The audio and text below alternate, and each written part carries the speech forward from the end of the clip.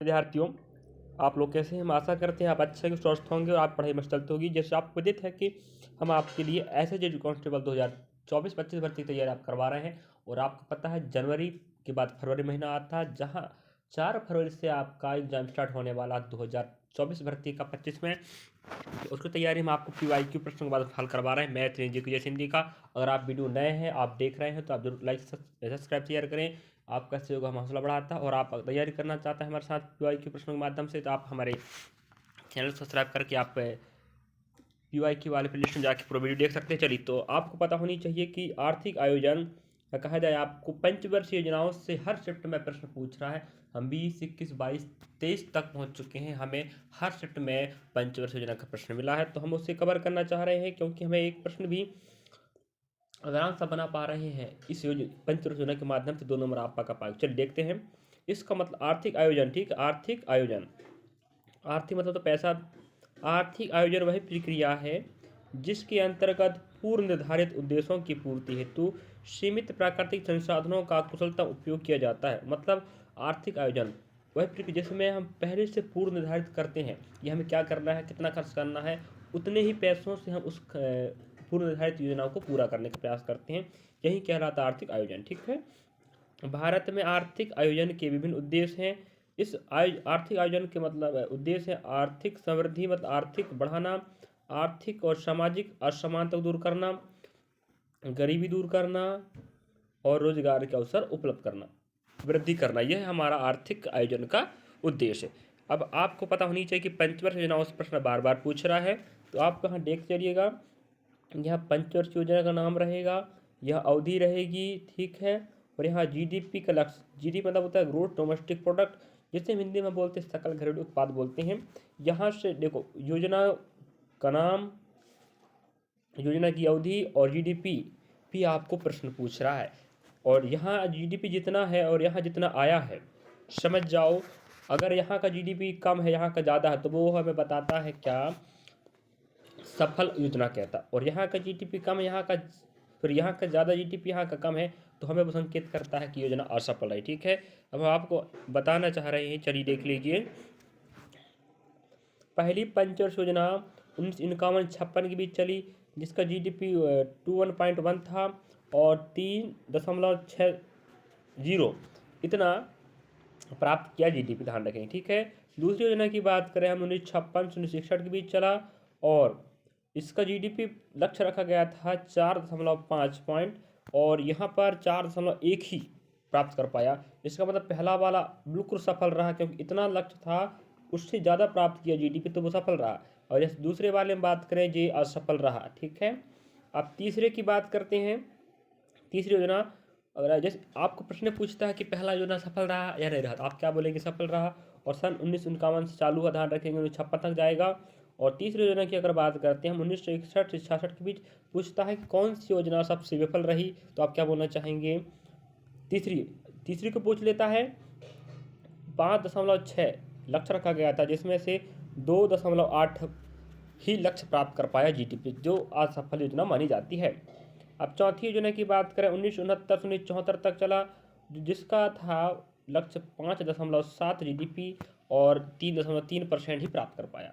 और पांचवी योजना था 1974 से 78 के बीच में, जिसका लक्ष्य था 4.4, जो प्राप्त किया 4.83, जो लक्ष्य से ज़्यादा रहा।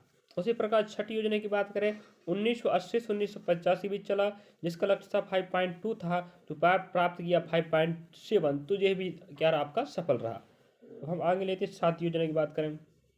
सातवीं 1985 से 1990 के बीच चला, जिसका लक्ष्य था 5% प्राप्त करना, जो उससे ज़्यादा प्राप्त किया 6.02, जो सफल योजना रहा। छठवीं योजना की बात करें, 1992 तक चला। आपको याद रखना है सभी योजनाओं में 5-5 का गैप है, लेकिन जो पांचवी योजना है उसमें 4 साल का गैप रहेगा, बाकी सब में 5-5 गैप रहेगा, ठीक है। और इसका लक्ष्य था 5.6 था, और जो प्राप्त किया 6.8, याद रखना। अब मत कहिएगा जीडीपी काम का नहीं है, जब प्रश्न आप देख रहे हैं ना PYQ, तो समझ में आएगा कि हाँ काम का है। नौवीं योजना की बात करें तो 1997 से 2000 तक चला, जिसका जीडीपी लक्ष्य था 6.5, जो प्राप्त नहीं कर पाया, असफल रहा। 10वीं योजना की बात करें 2002 से 2007 तक चला, जिसका लक्ष्य था 8 पॉइंट, लेकिन लक्ष्य प्राप्त नहीं कर पाया, 7.5 पॉइंट महीने पड़ गया। 11वीं की बात करें तो 2007 से 2012 के बीच था।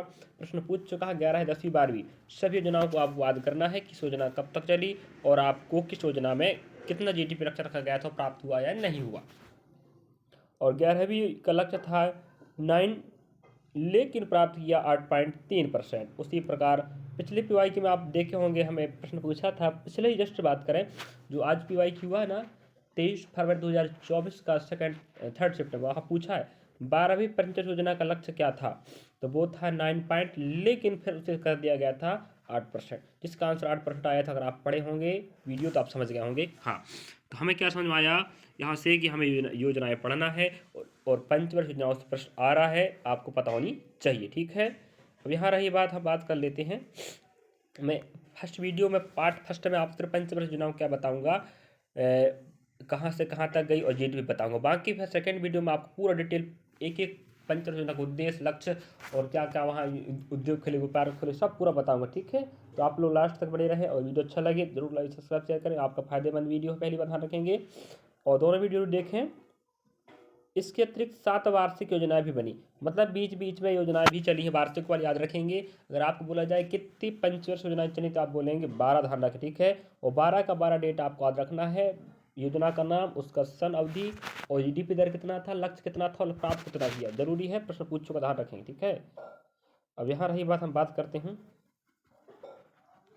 चलिए, यहाँ हम देख रहे हैं ये वार्षिक योजनाएं 1900 पहला जो चला 1967 के बीच में, दूसरा 67-68 के बीच में, तीसरा 68-69 के बीच में और चौथा चला 78-79 के बीच में और 69 से 80 के बीच चला, उसके 90 से 91 के बीच में और 91 से 92 के बीच में। ठीक है, के लिए बनी रही। 1978-83 के लिए जनता सरकार ने अनवरत योजना चलाई, मतलब बिना रुके। ठीक है, परंतु 1980 में कांग्रेस सरकार, जैसे पहले कांग्रेस था तो कांग्रेस समय में ही चालू हुआ था पंचवर्ष योजना। ठीक है, 1991 से, तो उसके बाद जनता सरकार आई, जनता सरकार ने इसको चेंज कर दिया, नहीं हम नहीं चलाएंगे पंचवर्ष योजना को, उन्होंने रोलिंग प्लान चलाया। ठीक है, उसके बाद फिर कांग्रेस फिर आई 1980 में, इंदिरा गांधी ने किया नहीं हम ही चलाएंगे फिर से 6वीं, तो उन्होंने 1980 में 6वीं पंचवर्ष योजना शुरू की। याद रखेंगे पहली 3 योजनाओं का लक्ष्य, जो पहली 3 योजना थी, पहली दूसरी तीसरी, उनका लक्ष्य था, याद रखेंगे प्रश्न पूछता है लक्ष्य क्या था, राष्ट्रीय आय की संदर्भ में निर्धारित किया गया था। चौथी योजना का लक्ष्य था कुल घरेलू उत्पादन में वृद्धि करना। ठीक है, अब यहीं पर बात करें बाकी पहले 3 का लक्ष्य आप समझ पा रहे होंगे, पहले 3 का लक्ष्य क्या था, राष्ट्रीय आय को बढ़ाना, उसके बाद चौथी लक्ष्य क्या था, कुल घरेलू उत्पाद बढ़ाना, बाकी जितनी योजनाएं सबका लक्ष्य क्या था, सकल घरेलू उत्पादन वृद्धि करना, जिसे हम क्या बोलते हैं हिंदी में, फिर अंग्रेजी में जीडीपी मतलब ग्रोस डोमेस्टिक प्रोडक्ट, हिंदी में बोलते हैं सकल घरेलू उत्पाद। याद रखेंगे। अगली बात यहाँ देख लेते हैं, नोट में क्या है, आर्थिक और सामाजिक योजना को भारत के संविधान की जो आर्थिक और सामाजिक योजना है, ध्यान रखेंगे यह पंच योजना का पूरा काम करता है। इस आर्थिक और सामाजिक योजना को भारत के संविधान की समवर्ती सूची, जैसे आपको पता है भारतीय संविधान में आपके पास वर्तमान 12 सूचियां हैं, मूल संविधान में 8 सूचियां थी। यहाँ से फिर पूछोगा मूल में 8 थे, 12 हो गए, 12 में से 7वीं सूची का नाम क्या है, शक्तियों का बंटवारा या सूचियों का बंटवारा, जिसमें से 3 सूचियां हैं संघ, राज और समवर्ती। ठीक है, 3 सूची, अगर आप बगल में कॉपी रखें तो नोट डाउन करते चलेंगे। ठीक है, जानकारियों को, क्योंकि ऐड जानकारियाँ बताते हैं तो नोट डाउन करें, क्योंकि एग्जाम के लिए बहुत महत्वपूर्ण है। चलिए, उसी समवर्ती सूची में किसे रखा गया है, आर्थिक और सामाजिक योजना को, और क्या कहा गया है, भारत का संविधान यह निर्धारित करता है कि पंचायतों को आर्थिक विकास एवं सामाजिक न्याय की योजना बनाने का कार्यभार दिया जाना चाहिए। मतलब जो आर्थिक और सामाजिक योजना है, इस समय जो भी प्रक्रिया है या योजना बनाने का अधिकार हमारे पंचायतों को दिया जाना चाहिए, ये कहा गया है। ठीक है, इस प्रकार हम आपके लिए जानकारी लेकर आए थे। जी आपका क्या रहा, पंचवर्ष योजनाओं की जानकारी। याद रखेंगे पंचवर्ष योजनाओं से प्रश्न पूछता है, तो आप स्क्रीन पर देख सकते हैं एक बार फिर से पंचवर्ष योजनाओं की जानकारी। यहाँ से प्रश्न आपको बनेगा, 2 नंबर आपको पक्का कर देगा, जी मेरी गारंटी है, और नहीं आएगा तो फिर आप बताएं, क्योंकि अभी तक हम 22, 23, 24 तो 24 तारीख पहुँचे, 20, 21, 22, 23 तारीख तक शिफ्ट की अभी तक प्रश्न किए, वहाँ से 5 एक ना एक हर शिफ्ट पूछ रहा है। तो आपको हम यहाँ से 2 नंबर आपके पका रहे हैं, आप ज़रूर पढ़ें। जो पार्ट 1 है, इसके बाद हम पार्ट 2 लाएंगे, ठीक है, जिसमें आप प्रत्येक योजना 12 के 12 योजनाओं के बारे में संपूर्ण डिटेल बताएंगे, जिसमें भले भी आपका 20 मिनट या 30 मिनट लग जाए, ठीक है। आप प्रयास करेंगे इस योजना के माध्यम से यहाँ से प्रश्न बनेगा जो फायदेमंद आपको देने वाला है। चलिए, थैंक यू धन्यवाद। जय हिंद भारत।